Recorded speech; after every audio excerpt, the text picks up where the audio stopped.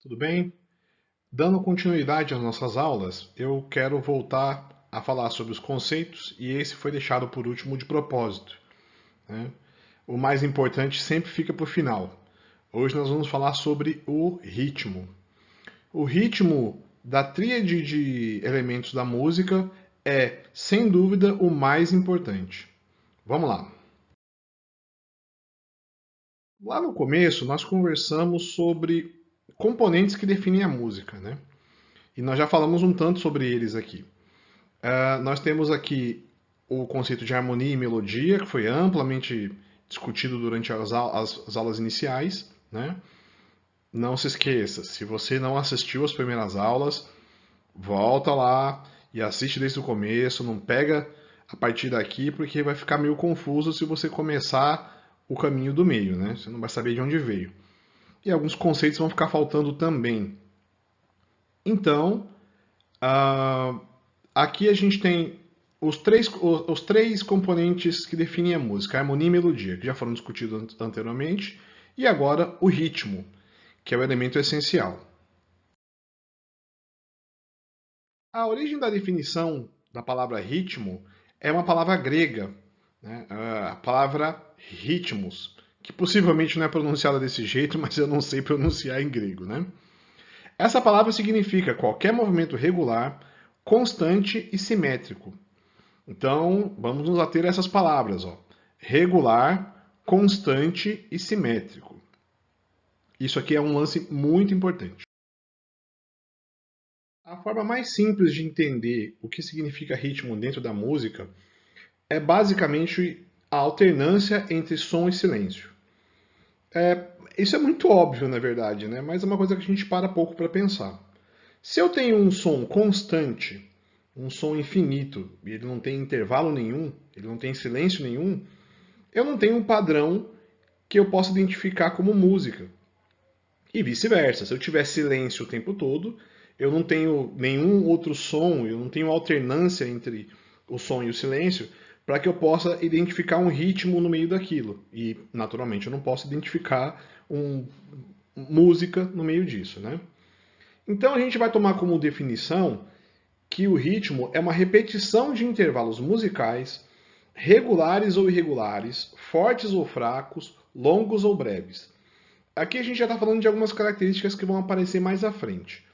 Mas o ritmo é o intervalo entre o som e o silêncio, né?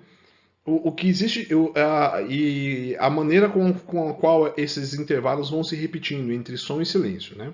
Quando a gente tem um padrão regular, a gente tem um ritmo.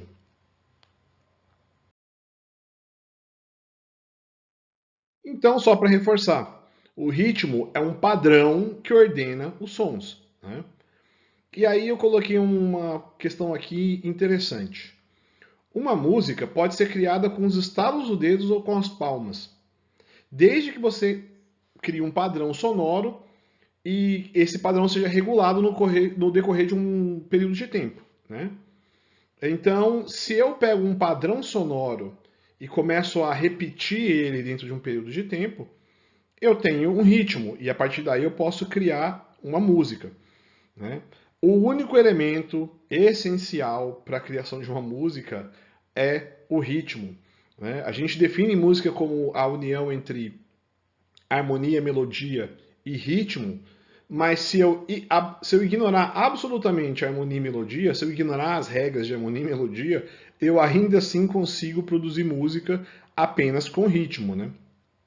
Pensa numa percussão, num grupo de percussão tocando, sem ninguém tocando harmonia no meio daquilo.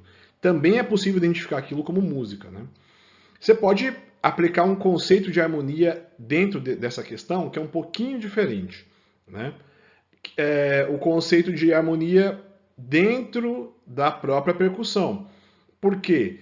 Porque a gente podia falar, por exemplo, do efeito de disritmia, né? Se eu falar aqui, por exemplo, se no meio de um padrão eu tiver, se no meio de um padrão musical eu tiver um outro padrão rítmico que destoe desse padrão inicial, que não combine com esse padrão inicial, de alguma forma eu tenho um quebra na harmonia, né? E aí eu não estou falando mais de harmonia como com o conceito musical técnico estrito. Estou falando de harmonia no conceito amplo. Né? Diferente de outras artes, a música ocorre dentro de um parâmetro temporal e o ritmo controla a sucessão de sons dentro do tempo. O que eu estou dizendo aqui? Que a música depende essencialmente do ritmo, porque ela ocorre dentro de um parâmetro temporal. Diferente de um quadro, por exemplo, que é pintado, de um desenho, por exemplo, que é pintado, que é produzido, e que ele está exposto, e aquela exposição e o entendimento daquela ideia não depende, por exemplo, de um período de tempo, né? A música acontece delimitada dentro de um período de tempo. Uma música tem 30 segundos, 3 minutos, 5 minutos, e ela ocorre nesse espaço de tempo. Né? A música, como ocorre dentro de um espaço temporal, ela usa o ritmo para controlar a sucessão dos sons, né? A sucessão, os seus passos, o seu compasso dentro desse tempo. Eu estou mostrando aqui uma partitura musical para ampliar um pouco essa ideia do ritmo, e aí eu vou usar essa partitura de modo visual. Todo mundo já deve ter visto uma partitura, de alguma maneira, sabendo ler uma partitura ou não. Aqui não é o caso de aprender a ler uma partitura, mas vamos entender como é que ela funciona e fica mais fácil da gente assimilar o conceito de ritmo e entender o que é o ritmo em si e o que são características desse ritmo. Isso aqui é uma outra representação comum, uma representação visual comum que a gente tem da partitura, né? E o leigo geralmente acha que esses símbolos que você está vendo aqui, né? Os símbolos, aqui a gente tem aqui ó, uma clave, aqui ó, a clave de sol, né? Ela diz onde é que fica uma nota, né, aqui, onde fica a nota sol aqui na posição das linhas, eu vou comentar aqui mais à frente. Mas eu quero chamar a atenção para esses símbolos aqui, ó. Esses símbolos que a gente tem. Geralmente o leigo imagina que esses símbolos representam as notas musicais. E na verdade não é isso.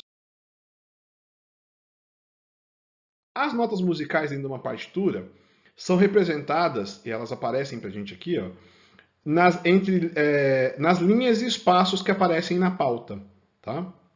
Então, eu coloquei aqui, por exemplo, ó, você pode perceber que todas as notas estão representadas pelo mesmo símbolo, porque o símbolo não representa a nota. A posição dele na pauta é que representa a nota.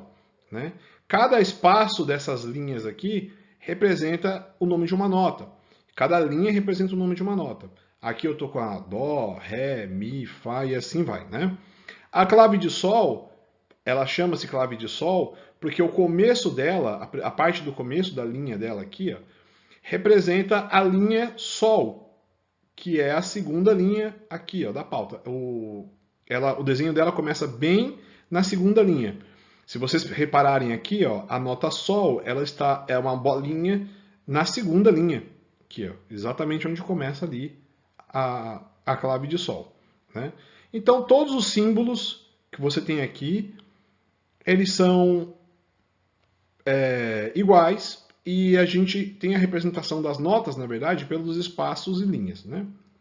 Então, o que são esses símbolos? Símbolos são figuras de tempo. E cada símbolo representa uma figura de tempo. Né? Uma figura de tempo que representa a duração de uma nota, a duração de um som. Né? Eu tenho aqui as figuras positivas, eu estou mostrando aqui ó, as figuras positivas, que são as figuras de tempo que são representadas por som. Né? E eu tenho o que a gente chama de figura negativa, que são são figuras antagonistas, né? São as figuras que representam o silêncio. Se a gente não tiver intervalo de silêncio e som, a gente não tem ritmo, né? Então eu tenho figuras para representar tanto o tempo da nota tocada, quanto o tempo do silêncio. Aqui eu estou mostrando então uma partitura, né? E nessa partitura está representada, em todas as pautas aqui, estão representadas a mesma nota, né? Aqui tá esses espaços estão representados. Isso aqui é uma nota Dó. Aqui também são notas Dó, né? Aqui, ó, 1, 2, 3 e 4, né? Aqui também são nota Dó.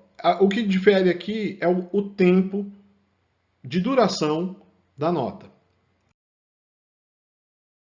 E aqui, naturalmente, é a mesma representação da figura anterior, só que em vez de ser as figuras que representam o tempo do som, são as figuras que representam o tempo do silêncio.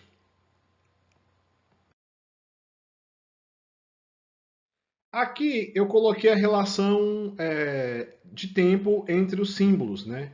A relação que a gente utiliza para medir quanto tempo de som duraria, por exemplo, uma nota, ou, no caso, a sua figura, a figura relativa que representa o intervalo de silêncio, né? Aqui eu tenho uma figura que representa a duração de 4 tempos de uma nota. Aqui eu tenho a figura que representa a duração de 2 tempos de uma nota. Aqui eu tenho a figura que representa um tempo de cada nota, né? Um tempo individual. E assim sucessivamente. Então, como eu mostrei anteriormente, né, eu tenho uma figura de tempo que representa a duração de 4 tempos de uma nota, uma figura de tempo que representa a duração de 2 tempos, uma figura de tempo que representa a duração de um tempo, e assim sucessivamente, né? São subdivisões. E a palavra ideal é essa, subdivisão, né? Eu quero que você tome como exemplo, por exemplo, um relógio. Eu vou tomar a medida maior do relógio, que é a hora, né? Uma hora pode ser representada também por 60 minutos, né? São figuras de tempo menores que são subdivisões de uma figura maior. Ou eu posso dizer também que uma hora representa 3.600 segundos, né? São subdivisões menores do tempo, mas que, somadas, também representam a mesma uma hora, tá? Como é que a gente lê aquelas figuras e é mais fácil? Por que é mais fácil entender isso com o relógio, né? Você imagina o seguinte: a figura de 4 tempos é como se fosse você contando uma hora, né? Então, imagine que se eu estivesse falando uma nota Dó, se aquela figura de tempo de 4 tempos estivesse representando a nota Dó, né? E ela fosse a representação de uma hora, quando ela tivesse escrita na partitura, a nota Dó ia soar durante uma hora. Ia ficar a nota Dó, Pem, fazendo barulho durante uma hora sem parar, né? Se ela tivesse representada pela figura, por exemplo, que representa um tempo, e eu vou fazer aqui uma relação entre a figura de um tempo e os 60 minutos, né? É como se a nota Dó fosse tocada 60 vezes dentro de uma hora, né? Então eu teria, para cada minuto, eu teria a nota Dó sendo tocada, né? E se eu pensar numa subdivisão menor lá, de uma figura que representa, por exemplo, 1/16 da primeira figura, é como se eu estivesse falando, por exemplo, dos segundos, né? Então, ao invés da nota soar durante uma hora, ou soar um minuto e ser tocada novamente no próximo minuto durante 60 vezes para dar uma hora, é como se ela estivesse sendo tocada, né? Como se ela estivesse sendo aplicada 3.600 vezes dentro de uma hora, né? Perceba que, nesse caso, se eu fizer, por exemplo, se eu fizer isso dentro de uma hora pensando em minutos, em segundos, né? Perceba que se eu fizer isso, vai dar a impressão de que eu estou tocando rápido, né? A nota, em vez de soar de maneira lenta, porque o intervalo né, entre o silêncio e a reprodução da nota novamente vai ser muito curto, vai dar a impressão de que ela está sendo tocada rápido, né? Vai dar a impressão de que ela está sendo tocada assim, né? Ó.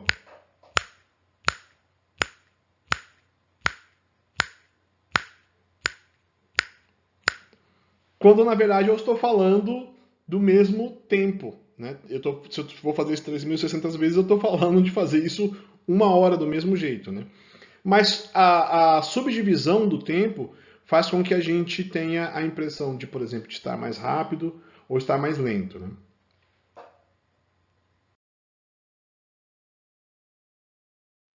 A velocidade, e aí eu quero que vocês separem bem isso. A velocidade é um elemento do ritmo, né? Ritmo e velocidade não são a mesma coisa. A velocidade é um elemento do ritmo, né? A velocidade representa a duração em relação ao tempo, né? Foi o que eu expliquei anteriormente, né? Eu posso, se o intervalo de silêncio entre um som e o outro ele é longo, vai parecer lento. Se o intervalo de silêncio entre um som e o outro é curto, vai parecer rápido. Isso é a velocidade. E também tem a intensidade, que é a força ou volume de um determinado som, né? E aí a intensidade ela pode ser forte ou pode ser suave. Eu posso estar pensando num intervalo de som, por exemplo, que é 1, 2, 3, 4, 1, 2, 3, 4. Eu tenho um tempo forte, né? O inicial é um tempo forte. E os tempos seguintes, eu não estou falando da velocidade, eu estou falando da intensidade com a qual eles surgem, né? Os tempos seguintes são mais suaves, né? Eles estão numa intensidade de volume menor. Mas isso vai ficar muito claro quando a gente fizer aplicação de ritmo na prática, tá? Na próxima aula, nós vamos ver um pouco da aplicação de ritmo na prática, já utilizando um ritmo, né? E vamos já trabalhar, pelo menos visualmente, essa questão das subdivisões.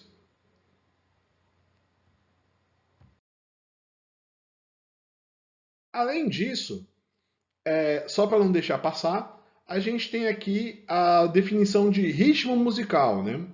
E aí é uma definição mais genérica, que a gente está falando de estilo musical, de gênero, né? De um determinado estilo musical. O ritmo musical é uma espécie de um padrão, de um estilo musical que ganhou essa denominação própria e tem um subgênero derivado, né? Vocês devem ter percebido que eu usei o exemplo do relógio, não foi à toa. O relógio, ele é um padrão que a gente utiliza durante todos os dias, né?